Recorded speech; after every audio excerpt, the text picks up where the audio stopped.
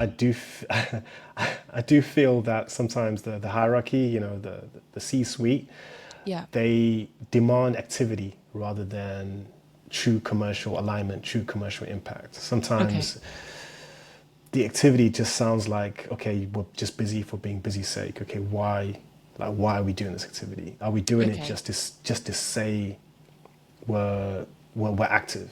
Hmm.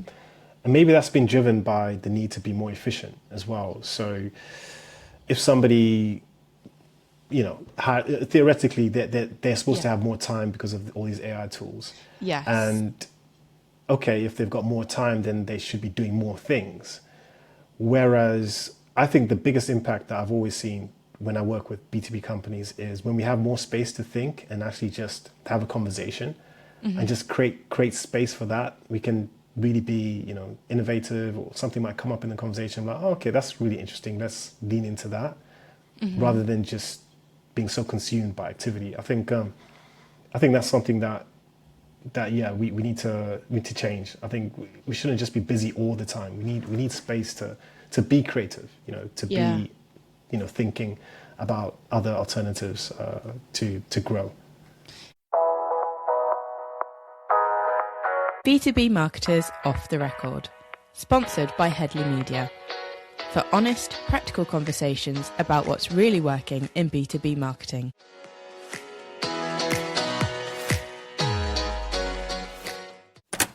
So, welcome to B2B Marketers Off the Record.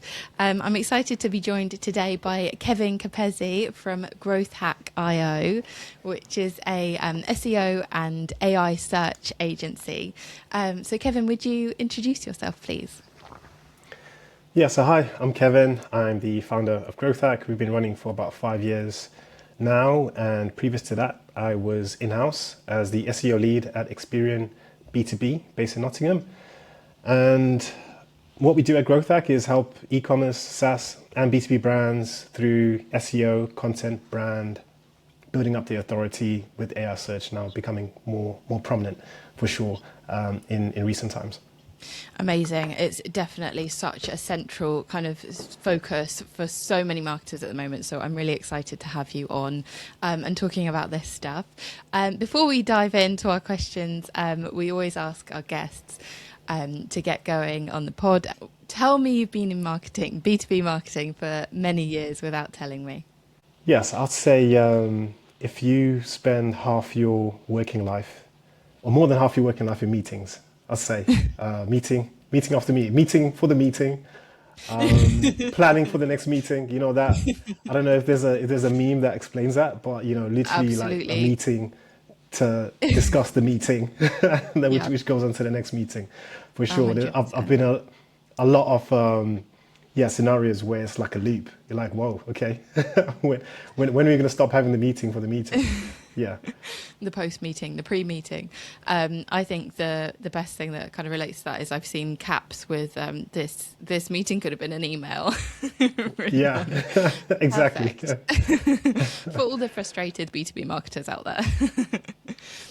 Okay, so tell me, how did you get into marketing in the first place?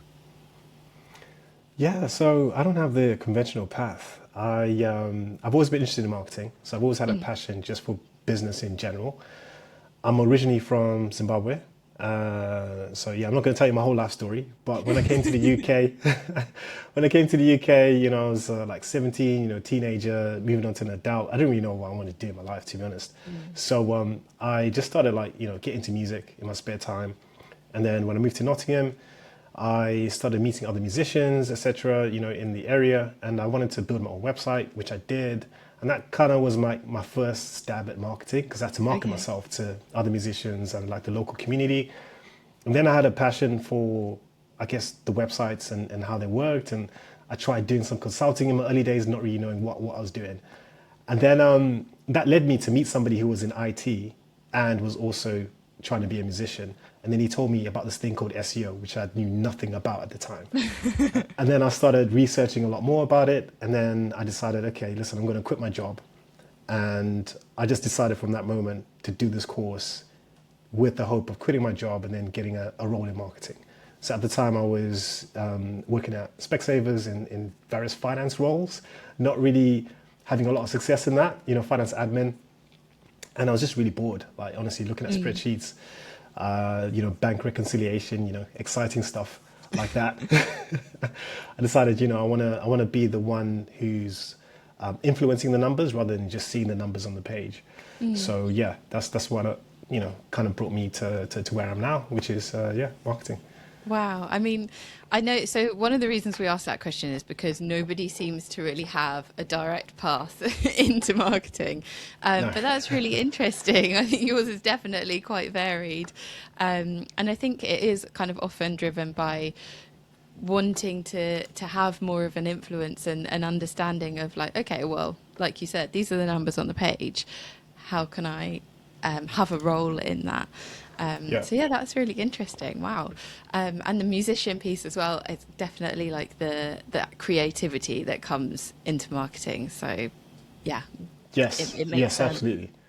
Absolutely. And I'm not a very creative marketer. So it's quite interesting that I started my journey trying to be more creative. But I'm not a creative person. I'm more technical now. So yeah.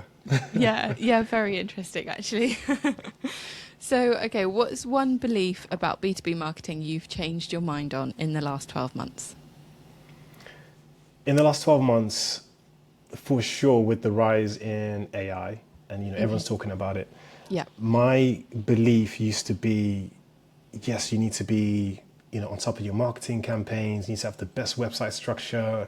You need to be really on it with your, I guess, overall marketing strategy. But I think now in the last 12 months, for sure, I think the shift has been the brands have really invested in their brand, like over a Yeah. long period of time. Yeah. Those are the ones that are really moving ahead with all the changes. So I don't think you need to have like the best website, the best structure, even though that's what I do in a day to day.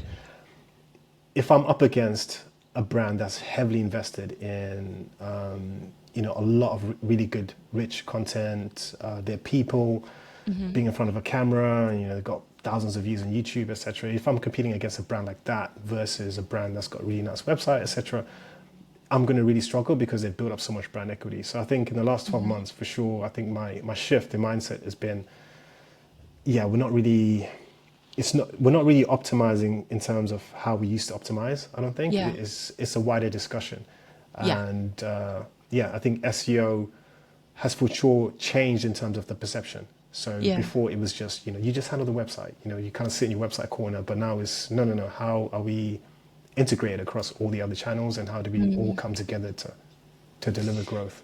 Yeah, and I guess there's definitely challenges that come with that as well, kind of trying to box out the work almost in Yeah.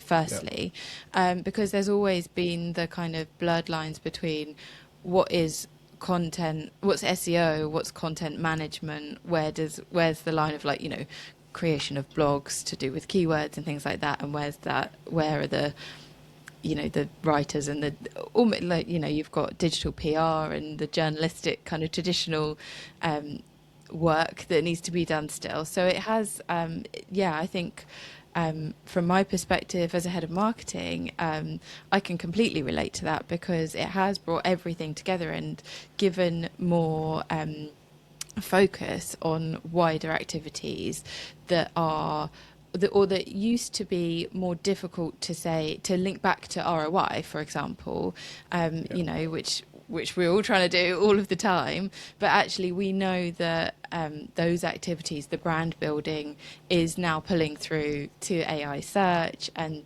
it's all having kind of cross-level impact all of the time. So Yes, it's really difficult, isn't it? How are it you is. Yeah. finding tracking with that?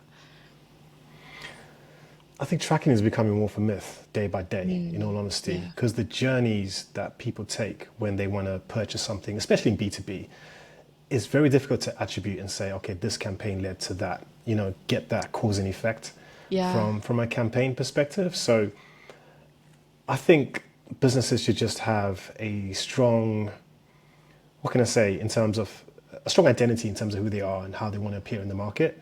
Yeah. And then look at those channels that are closer to their customer, where their customer is spending most of their time, and just have consistency in terms of what they're saying across all those different channels, or obviously in all those different formats, and make sure it's, optimized for those different places, but for sure, I think, it's just difficult. It's difficult to track things back. Yeah. It's easier with e-commerce. You can say, oh yeah, this thing led to that because the window is so short. But if Yes. you're dealing with B2B and something takes 12 to 18 months to convert, yes, they might have come to your website, but they could have interacted with you so many different times before that interaction. Yeah. And, I had the pleasure of, seeing Daniel Priestley speak when he came up to Nottingham. And, he was saying that, people, you need to have, I don't know how many interactions it is. I think it's 11. Oh, so Don't misquote me on yeah. this.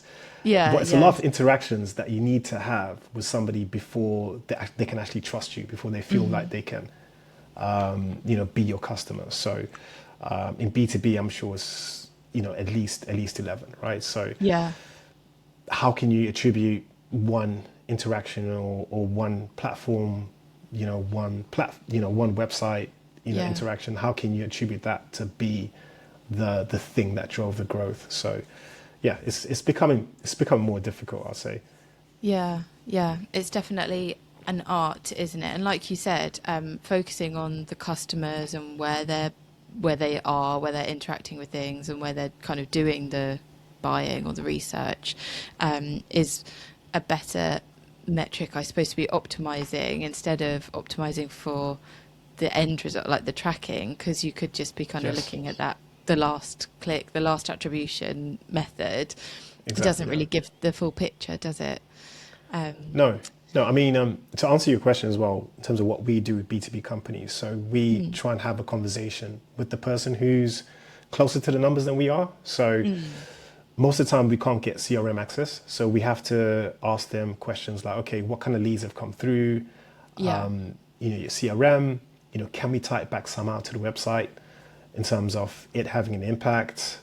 And then kind of start the conversation from there, and then kind of track how that company progresses through their pipeline yeah, over time. And then maybe in 6 months' yeah, time, be like, oh yeah, remember that lead that we tracked in January? Oh, that's now at a stage of sales, being able to close that. yeah. So I think yeah, it's those kind of conversations that are helping. Yeah, yeah, taking a long-term view, which does lead me nicely into the next question, which is about B2B buyers. So are you seeing, or what kind of shifts are you seeing in how B2B buyers are behaving right now? For sure, with AI Mm. being more conversational, Hmm.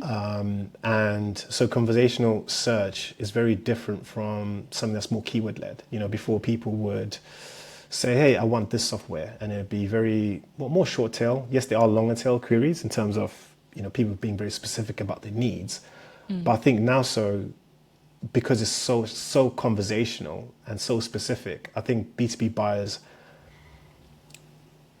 are going to be more influenced by something that is tailored to them and Yeah. to whatever they're searching for specifically.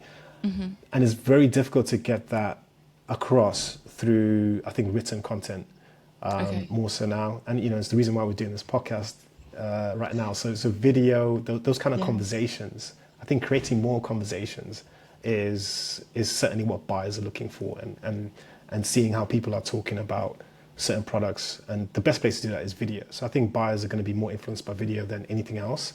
Hmm. And we are seeing it from a search perspective, where certain queries you're seeing more videos pop up, in the Right. search panels, etc. So I think buyers are going to be influenced more so by video than anything else, especially the video that you wouldn't expect. So before, like, really funny video campaigns used to be just our consumer, brands, or Yeah. cool brands, in the space that we're familiar with, like, Nike or whatever, and Hmm. bigger consumer brands. But now I think the smaller B2B SaaS companies are leaning into funny videos, getting emotion out of people. Yeah. I think I think that is going to be the trend, where people want to be entertained rather than sold to. I think that's going to Yeah. be, yeah, a continuing trend, I think. it's interesting, isn't it? And I think on a podcast we did the other day, we were talking about B2C versus B2B, and B2B being labelled as boring all the time. Yeah. But I think there are a lot of kind of funny videos that are they are about awareness, and definitely like the top of funnel stage. And then if you can kind of build that recognition, the brand recognition, the kind of trust at that level, then when you're releasing videos that do talk about the important things, so what you're trying to sell or marketing, then you're gonna already have got that relationship with your audience. So I suppose it's quite basic marketing, Yeah. really, but Yeah. we just are behind, so many years behind what is happening in the kind of consumer world.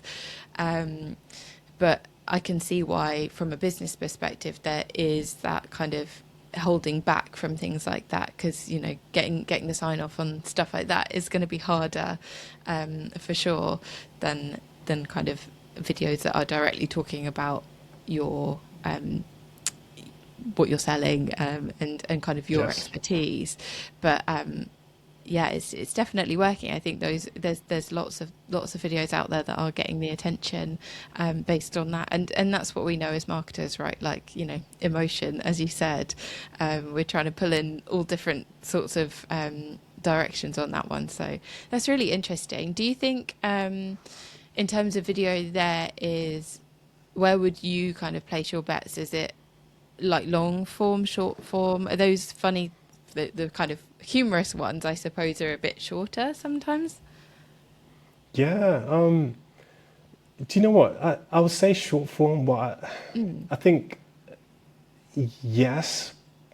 But what we've seen, I think, on all the platforms in social media, I'm not a social expert, so, please don't kill me if I get this wrong. But I think the format on all these social platforms is getting a lot longer, and it's been getting longer like over time, Yes. hasn't it? Yeah. So I think people are wanting to watch long form. Yeah. If it is genuinely interesting, entertaining, even LinkedIn, like honestly, sometimes I'm sat there watching a LinkedIn video, like, hang on, why am I watching this? Why am I watching this LinkedIn video? But it's Yeah. entertaining. Like they're telling a Yeah. story. I think these guys on what they called, I think they're called Passion Fruit. I don't know if you've seen their videos. I'm not sure I Uh, I, have. I, I think that's what they're called. But they recreate these really funny moments in film, but they make it like B2B or something, or Oh, like okay. they have a little play around it. So yeah, I think those kind of entertaining videos, like if you can make it entertaining, then Yeah. obviously long form. But if you can't Hmm. be entertaining, then obviously, try and keep it short and sweet, and get to the point before you lose your audience. Yeah. But yeah, I think certainly a mixture of formats. But yeah, if it's entertaining, then yeah, as long as you can keep your audience engaged, then I don't see why Yeah. it can't be longer. I guess like any content creation, it's finding the niche, isn't it? It's finding what people relate to, and then testing everything again and kind of seeing what they are interested in. Can you get away with a longer video, and kind of going from there, really, I guess. Um, Yes. so, what is something B2B marketing teams are still doing out of habit that you think no longer works? I think from my time being in-house and also what I've experienced with some of our clients on the B2B side, and I really feel for them, but I do feel that sometimes the hierarchy, the C-suite, Yeah. they demand activity rather than true commercial alignment, true commercial impact. Okay. Sometimes the activity just sounds like, okay, we're just busy for being busy's sake. Okay, why are we doing this activity? Are we doing it Okay. just to say we're active? Hmm. And maybe that's been driven by the need to be more efficient as well. So if somebody, theoretically, they're supposed Yeah. to have more time because of all these AI tools. Yes. And okay, if they've got more time, then they should be doing more things. Whereas I think the biggest impact that I've always seen when I work with B2B companies is when we have more space to think and actually just have a conversation and Hmm. just create space for that, we can really be, innovative, or something might come up in the conversation. I'm like, oh, okay, that's really interesting. Let's lean into that, rather than just being so consumed by activity. I think that's something that yeah, we need to change. I think we shouldn't just be busy all the time. We need space to be creative, to Yeah. be, thinking about other alternatives to grow.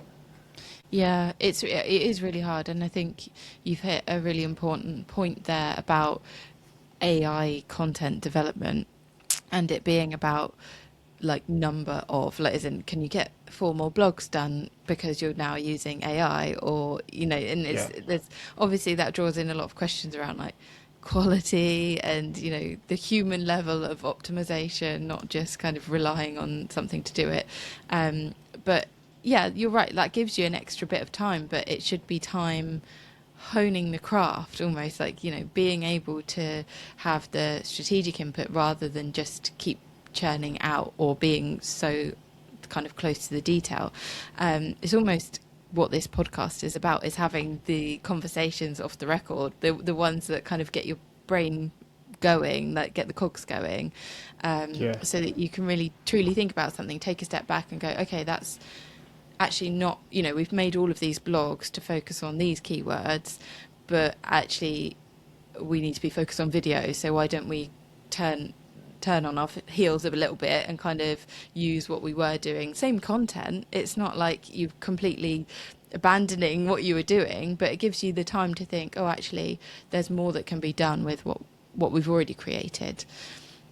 That's really, yes, really important point about AI, I think, in general, which actually makes me yes. think about one of the podcasts that we had the other day. So at the end of the podcast, we ask about questions you want to ask the next guest. But here we are having questions from our previous guests. So one that I had in the other day from Erin Luders, who is head of marketing at Basics Theory. She asked, which I'm going to ask you because I just think it ties in Okay. so well with AI, is how are you leveraging AI workflows and processes for your teams? I mean, my answer is going to be quite basic because, yeah, we're not trying to like automate everything. I think Okay. there's certain things that can be automated, but we don't want to automate badly because we're a very small consultancy, and our clients, they need a bespoke approach in terms Yeah. of what we do for them. But in terms of our workflow, certainly like note takers, I think note takers are amazing, Yeah. and we use G Suite, and we're trying to find out how we can more or less automate that note taking process to actions Yeah. from the Okay. meeting. Uh-huh. And we're leveraging spaces, with in Gmail you can create these spaces. We've got a space per client, and when we have a meeting, it kind of ties into that space. And then sometimes you can use Gemini to summarize your thoughts, even just based on the space discussion. So obviously we've Okay. got the meeting, and then we can chat about what we want to do after the meeting in the space, and then you can kind of have actions from that discussion, internal and as well as external, and then you can fire off an email. So you can really kind of optimize, all of that cognitive load, and Yeah. all that discussion, and it really frees up our time really to just crack on. I think, and kind of take action, after the Yeah. discussion. I think Yeah. that's what we're trying to do. Okay, we've had this great chat. Okay, what's next? How can we impact things moving forward? So yeah, definitely trying to leverage Gemini a lot more, because that's what we use. I mean, I'm sure a lot of people use Copilot, etc. So we're just trying to use our workspace and what we've got a bit more. Yeah. Yeah. Absolutely. I think most people are trying to do exactly that. It's just kind of where can we cut down the thinking space, but that's informed by us. So when it's come directly from the meeting notes, it's almost one of the best uses, isn't it? Of like, okay, we've got all of these things written up. Nothing's lost as well. Like, nothing's like, oh, that was a side thought. But actually, if Gemini or your meeting notes have got it, then it won't get kind of forgotten about, and can be kind of or it would just sort of work out where that slots in the bigger picture, which is great. And I think, yeah, definitely very relatable, even though you said it was basic, but I think actually, you know, having that reminder or just having some flows, some workflows in place, because yeah, people love it. But then if you haven't got the hook in to the next process, then it can kind of slow down a little bit and you still have to kind of go back and reference what you were thinking at the time. Absolutely, absolutely. Yeah. So yeah, that account management piece or project management piece. That's the most basic, I think, answer I've got to that one. Yeah. Yeah, Yeah. perfect. Okay, so what type of investment should marketing leaders protect even if budgets are tightened? I think even if budgets are tightened, from my perspective, leveraging your brand, leveraging your heritage, telling your story in whatever format that is. Obviously, video. I'm a big fan of video, so leaning into that. Yeah. I think is going to be more important now, especially with the rise in just costs in general and just budgets being tighter in terms of personal spend, business spend, the economy, Yeah. etc. Everything that's going on in the world. The brands that just seem to survive like centuries are those heritage brands, luxury brands. I've been recently trying to research watches, and I was doing a lot of research, and it's quite interesting. These watch brands, some of them have been around for like 200 years. Like that's insane, right? Like Yeah. imagine a SaaS brand around for 200 years. That's crazy. and and it's quite interesting. Like the thing that people are still buying is the old technology. It's like they still want Yeah. the really old way of timekeeping, like because it's so intricate, in terms of the design, in terms of how they've been made, etc. So people buy into that story rather than Yeah. let's just get a quartz watch because it's got the modern technology. So I Yeah. think if you're a brand, I think lean into your heritage, lean into why you exist, lean into how many years you've been around, Yeah. the founder story. I think people buy into that more than anything else, and especially with social media. Like we've seen that the brands that tend to win in social are the ones that've Yeah. got a powerful founder story. Storytelling. Yes, And I guess differentiation, like, if you're able to get your voice out there or, on video, then that's again pulling away from everyone else. You can tell it's individual, isn't it? So therefore the differentiation is kind of innate in that package in how it's getting out.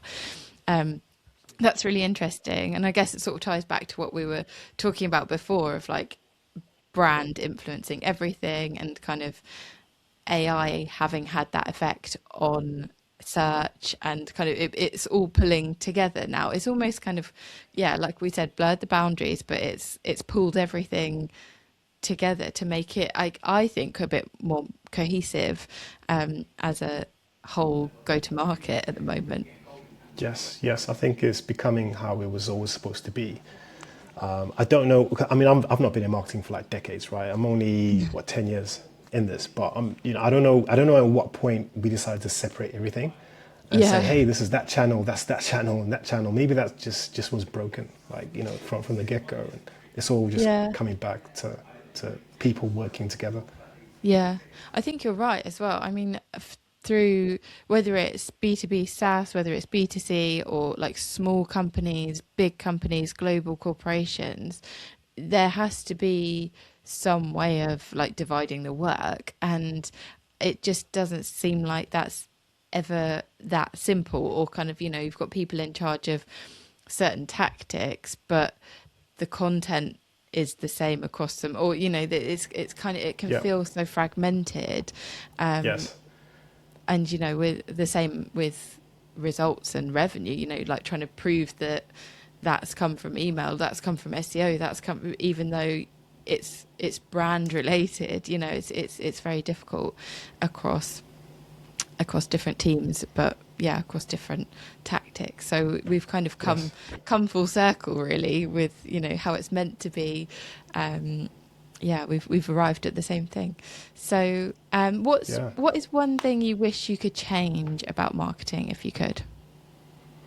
The one thing I could change, I think it's just, I think we put our walls up, I think, so much in marketing. Yeah. It's such a strange industry where it's literally we create all these barriers. You know, I don't know why they exist. Why Yeah. can't we just challenge like the C-suite as an example? Like if they've, made some decision without considering the people who are actually going to deliver the campaigns, deliver the Yeah. strategy, and they've made some random decision that doesn't make any sense. Like, oh, we're going to do this big rebrand, and not consult the people who are day in and day out living that brand. Yes. Yeah. I've always questioned why that happens. Someone comes in, like a big CMO, something, just wants to create loads Yeah. of noise and just says, "Hey, we're going to do this," and then just not consult the people, on the ground. That's always been a fascinating one for me. So, if we could change that, that'd be great. I think, yeah, I completely agree with that. The people just sort of are so good at marketing. They create stories about everything, don't they? And like their own discipline is better than everyone else's discipline, or like, you don't, nobody really is seeing, in some cases, it can feel like people aren't seeing that the whole of the marketing department is this engine that works together. So you get, everyone taking to LinkedIn saying, "Oh, SEO is dead. Like it's now Yeah, AI." Like why does one have to be dead for the other to exist? Or like, yeah, for yeah, AI to have happened, it's like, why are we taking shots at ourselves? We should be kind of all together, and like that. The C-suite have done something against marketing, but together we can prove the value, the revenue, the metrics, all of those things. I think it is quite funny that marketers create their own, like you said, their own walls, their own boundaries, and then yeah, spend a lot of the time having to justify themselves against it, or kind of, creating new ways of reporting, and then being held to those specific metrics that don't show the full picture, that we're well aware they don't show the full picture. So yeah, it's kind of I would also stand with that and change that about marketing if I could. So yeah, we've come to the end of our questions, and this next cool. kind of stage is about who we should invite on the pod next, who you think would be a good person to have on as a guest. Cool. Well, just because I've been interacting with him a lot recently, this really funny guy based in Canada. He's Nigerian, I think, as well. Ademola. Okay. Adelukan. I don't know if I pronounced that right, but he's a very funny guy, and he runs a B2B SaaS video agency. But some of his LinkedIn content, just check it out. You definitely laugh a couple of times. He speaks Japanese, and like all these, he's got all these really funny stories. Does videos with his wife and stuff. It's like I know the guy, but obviously I don't know him. But There you go. Everything we've been yeah, talking about, the perfect branding.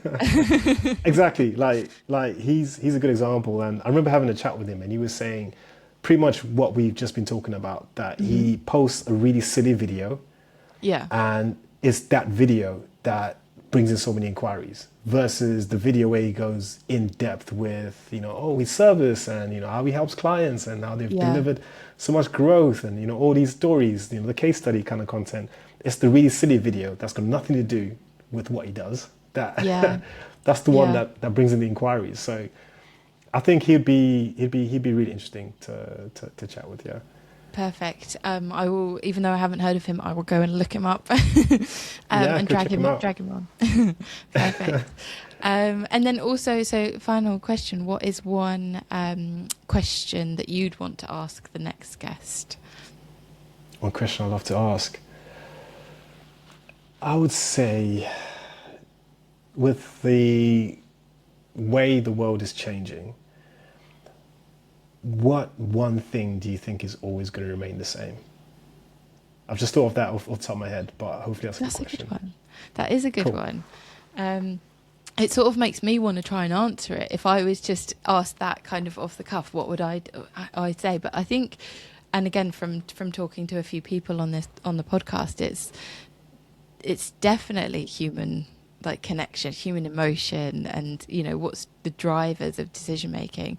And often we come back to, even like time and time again, people buy from people, and all of those things like we've been mentioning today about building brand, building presence, having your video, unique story, all of that kind of stuff. Yeah, But I think yeah, it's a great, I'd agree. great. Yeah, it's a Yeah. great question. So thank you so much for joining me on the podcast today. Where can people get hold of you? Where can they find you if they're after a bit more information from you? Yeah, it's been great. Thanks for having me. Yeah, if you want to get hold of me, just find me on LinkedIn. There's not many people with my surname, so I should be easy to find. Or just Google Growth Hack, one word, one H, and yeah, you'll be able to find us. Growth Hack. Perfect. Thank you so much, Kevin. Thank you. Thanks, Chloe.